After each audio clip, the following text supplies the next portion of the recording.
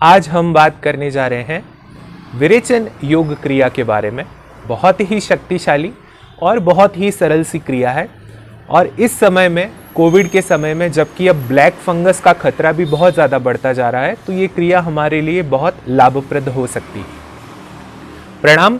आपके और आपके सभी अपनों के लिए ढेर सारी प्रार्थनाएं।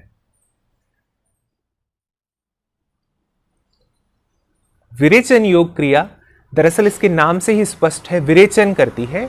शरीर के सारे विषाक्त पदार्थों को, सारे टॉक्सिन्स को, बैक्टीरिया, वायरस, फंगस, सभी को शरीर से बाहर निकालती है। अगर आपने कभी ध्यान दिया हो तो आयुर्वेद में और पंचकर्म में भी विरेचन की क्रिया करवाई जाती है, लेकिन ये हठ योग की विरेचन क्रिया है। इस क्रिया में किसी पदार्थ की या किसी दवाई की या किसी औषधि की आवश्यकता नहीं है। स्वतः आपको बस आवश्यकता है अपने शरीर की और अपनी श्वासों की। ये है बेहद सरल सी विरेचन क्रिया। विरेचन क्रिया के कई लाभ हैं। ये मुख्यतः दो स्तर पर कार्य करता है। पहला तो आपके शारीरिक स्तर पर और दूसरा आपके मानसिक स्तर पर। शारीरिक स्तर पर जैसा कि मैंने बताया, ये शरीर से सारे विषाक्त पदार्थों को, आपके फेफड़ों से लेकर आपके श्वसन तंत्र की एक एक छोटी इकाई से लेकर आपके ब्रोंकस, ब्रोंकाई, एल्वियोलाई, आपके थ्रोएट, आपके नेजल कैविटीज, हर जगह से विषाक्त पदार्थ हो गए, टॉक्सिन्स हो गए, bacterial infection, viral infection, mucus है, सबको बाहर निकालने का बहुत अच्छा कार्य करता है। दूसरा, अगर आपका लो ब्लड प्रेशर है तो ये क्रिया आपके लिए बहुत अच्छी है। अगर एंजाइटी की समस्या है, कोविड के बाद बहुत से लोगों को एंजाइटी हो रही है, तो ये बहुत अच्छी क्रिया है। कोविड में कई लोगों का नाक बंद हो रहा है, बलगम का प्रोडक्शन बहुत ज़्यादा हो रहा है। ऐसे केसेस में बलगम को शरीर से बाहर निकालने के लिए विरेचन बहुत लाभप्रद क्रिया है। ध्यान रखने वाली बात यह है, क्योंकि ये ब्लड प्रेशर को थोड़ा बढ़ाता है, तो जो हाई ब्लड प्रेशर के पेशेंट्स हैं और जो हार्ट के पेशेंट्स हैं, जो हृदय रोगों से संबंधित रोगी हैं, वो इस क्रिया को बहुत तेज गति के साथ ना करें, धीरे धीरे करें। अन्यथा आप बिल्कुल इससे सुगमता से तेज गति के साथ में कर सकते हैं। आइए अब जान लेते हैं कि विरेचन क्रिया करने की विधि क्या है। बेहद ही आसान सी विधि है। सबसे पहले आपको अपने दोनों हाथों को मुट्ठी बंद करके 90 डिग्री पर इस तरह होल्ड करना है। 90 डिग्री का एंगल बनाना है और ध्यान रहे कि आपकी जो कोहनियां है वो आपकी पसलियों से सटी हुई रहे। इसे इस तरह से ढीला नहीं छोड़ना है, इस तरह से सटा कर रखना है।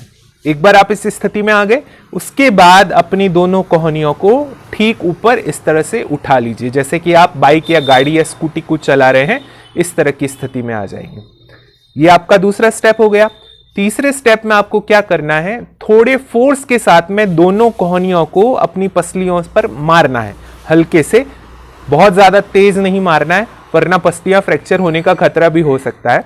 थोड़ा आराम से, लेकिन थोड़ा सा हल्का फोर्स लगाकर, देखिए ऐसे। और ठीक इसी समय, जिस समय आपकी कोहनियां आपकी पसलियों को टच करती है, उसी समय आपको फोर्स के साथ श्वास को बाहर निकालना है। देखिए, मैं पुनः बताता हूं। ये हमारा पहला स्टेप हो गया। हमारे दूसरे स्टेप में हमारी कोहनियों को हम ऊपर की तरफ ले गए और तीसरे स्टेप में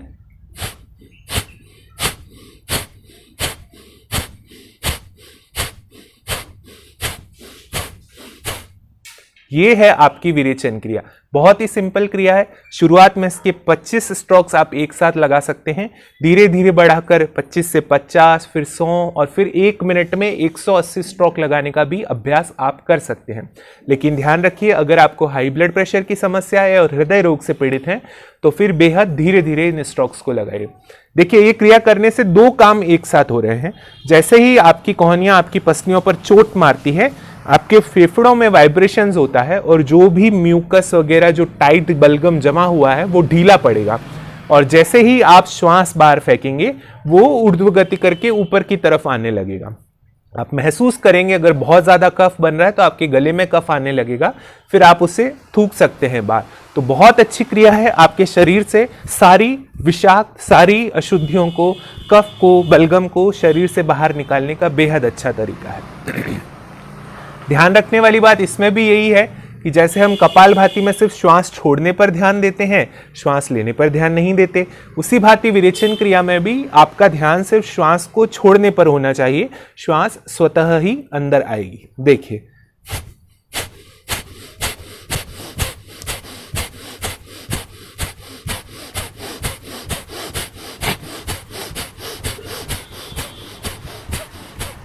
इस तरह से।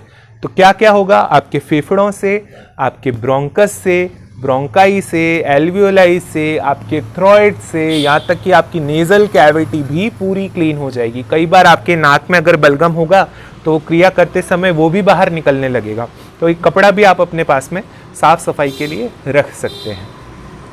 तो ये है बेहद सरल सी विरेचन क्रिया, प्रतिदिन करना है, सुबह भूखे पेट ही करना है।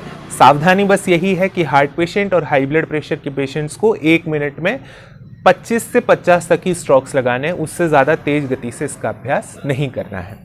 अब ये ब्लैक फंगस में भी बहुत ज़्यादा हेल्पफुल हो जाती है, क्योंकि अगर आप अपनी नेजल कैविटी, अपने थ्रोट को भी साफ रखेंगे और साथ ही साथ ये साइनस को भी क्लीन करती है।